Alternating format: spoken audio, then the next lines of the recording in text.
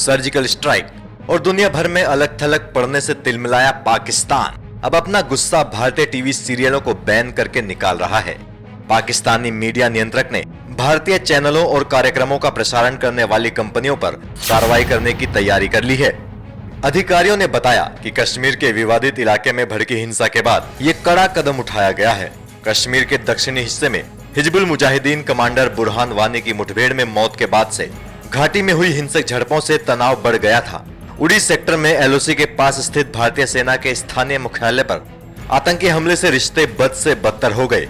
Pakistani electronic media regulatory authority ने कहा, भारत और पाकिस्तान के बीच उपजे तनाव के चलते जनता भारतीय चैनलों और कार्यक्रमों को बैन करने की मांग कर रही है।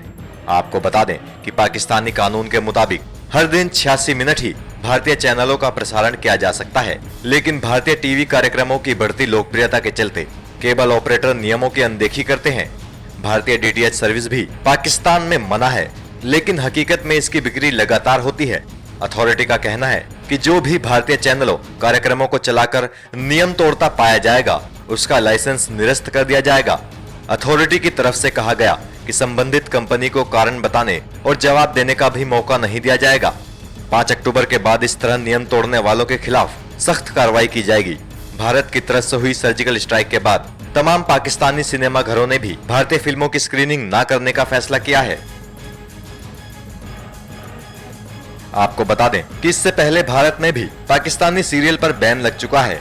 उरी हमले से खफा एसएल ग्रुप के चेयरमैन सुभाष चंद्र ने ऐलान किया कि उनके ग्रुप के चैनल जिंदगी पर आने वाले पाकिस्तानी सीरियल्स को अब नहीं दिखाया जाएगा। ये कोई आज की बात नहीं है। जब हमने जी टीवी शुरू किया अक्टूबर 92 में, आज 25वां वर्ष शुरू होगा अभी 2 अक्टूबर को। तो 1994 में पाकिस्तान में जनरल इलेक्शंस थे। उस समय भी हमने वहाँ पे अपनी टीम पूरी भेजी। उस समय 3 लोग चुनाव लड़ रहे थे, मियां नवाज शरीफ और क्रिकेटर इमरान खान और सामने भुट्टो, बेनज़ीर भुट्टो, जो कि उस समय की प्राइम मिनिस्टर थी। तो बेनज़ीर भुट्टो ने इन दोनों के जो सभाएं थी, पब्लिक गैदरिंग थी, उन पर बैन किया हुआ था पीटीवी के ऊपर। पर हमने जी के ऊपर पूरा सभी की तीनों की रैलीज दिखाई, सबका कुछ किया। तो उस समय से हमारा प्रयास रहा। और नवाज शरीफ जब प्रधानमंत्री बने तो उन्होंने मुझे वहाँ पे एक स्टेट गेस्ट के रूप में बुलाया। तब से हमने प्रयास आरंभ किए और वहाँ पे हमने फिर वहीं पाकिस्तान के ही एक न्यूज़ एजेंसी को हमने अपना एक ब्यूरो बनाया। वहाँ से हम न्यूज़ लाते थे। डेली का जो हमारा बुलेटिन था उसमें हम पाकिस्तान की खबरें भी दिखाते थे। तो तब से हमारा प्रयास रहा कि दोनों देशों के लोगों के बीच में एक जुटता बने, थोड़ा समन्वय बने और जो ये दूरियां हैं, ये दुश्मनी है, ख़त्म हो। तो इसी कड़ी में जब दोबारा अभी प्रधानमंत्री बने मियां नवाज शरीफ, तो उन्होंने मुझसे पाकिस्तान की विज़िट में मुझसे कहा कि भाई आप पाकिस्तान के और हिंदुस्तान के बीच में, लोगों के बीच में एकता लाने के लिए कुछ प्रयास करिए। और उन्होंने तो यहाँ तक कह दिया कि अगर अपनी सरकार से बात करिए कि आप अगर बीच में पड़ेंगे तो हम आपसे भी बात करेंगे, एक अनऑफिशियल चैनल शुरू करें आप, बातचीत का सिलसिले का। खैर वो मैंने उसमें ज़्यादा नहीं किया, लेकिन फिर मैंने उनको कहा कि चलो, उन्होंने कहा कि हमारे प्रोग्राम आपके यहाँ दिखते नहीं हैं। पर मैंने कहा हमारे प्रोग्राम आपके यहाँ दिखते तो हैं, लेकिन वो पायरेसी से दिखते हैं, कोई हमें पैसा देता नहीं है। तो फिर मैंने उनको कहा कि कोई बात नहीं, मैं लोगों को साथ लाने का काम करूँगा। इसलिए ज़िंदगी चैनल शुरू किया गया। उनको दिया वो वादा मैंने पूरा किया। उसका बल्कि हमने टैगलाइन भी ली नीचे कि जोड़े दिलों को।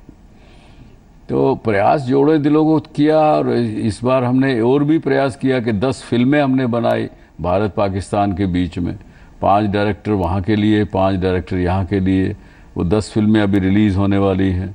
कुछ टीवी प्रोग्राम भी हमने जॉइंट प्रोडक्शन में शुरू किए पिछले दिनों। यहाँ तक कि आप देखें तो हमारी फिल्म थी जो अभी पिछले दिनों आई अक्षय कुमार की, रुस्तम के अंदर भी कुछ पाकिस्तानी म्यूज़िक डायरेक्टर के हमने म्यूज़िक लिया। तो हमारे मन में कोई पाकिस्तान हिंदुस्तान को जोड़ने की बात थी, ना कि अलग करने की। लेकिन अब वो आखिर तक कहाँ तक आदमी सब्र करेगा। जैसा मैंने अपने दूसरे ट्वीट में कहा कि प्यार एक तरफा तो नहीं हो सकता ना, दोनों तरफ से हो सकता है। जब मियाँ नवाज शरीफ ने उनकी भाषा बोलनी शुरू कर दी पिछले 4-6 महीने से, तो कोई लाभ नहीं है अभी। तो इसलिए हमने सोच रहे हैं कि, और अभी आप देखेंगे कि ज़िंदगी का जो ये टैगलाइन है जोड़े दिलों को, वो भी हम चेंज कर रहे हैं। उसके बारे में 1-2 दिन में हम बताएंगे। तो एक बात और आपने कही कि पाकिस्तान से के जो कलाकार हैं उनको वापस चले जाना चाहिए, ये भी अपने अपने ट्वीट। हाँ, तो ये देखिए, हमारे कलाकारों को वहाँ पे कुछ नहीं वो देते हैं, काम नहीं करने देते हैं। हमारी फिल्में जो हैं हिंदुस्तान की, वो केवल पायरेसी करके वो देखते हैं। और बल्कि पाकिस्तानी लोग हैं जो हमारी फिल्में जैसे रिलीज़ होती हैं अगले दिन उसकी पायरेसी कर देते हैं। तो वो सारा भी करते हैं, और फिर हम क्यों उनके लोगों को यहाँ पे शाबाशी दें, ताली बजाएं। हमने इतने 25 वर्षों में हमने कभी कमी नहीं रखी। सारेगामापा जो भी गानों के कंपटीशन रहे, वहाँ पे पाकिस्तान से भी लड़के लड़कियाँ आए, तो हमने उनको बराबर का साथ दिया।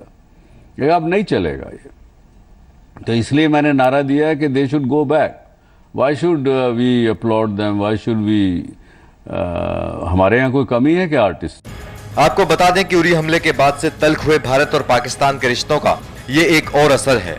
भारत की शांति बढ़ाने की हर कोशिश को पाकिस्तान की तरफ से ठुकराया गया है और आतंकवाद को बढ़ावा दिया गया है। एनएमएफ न्यूज की रिपोर्ट।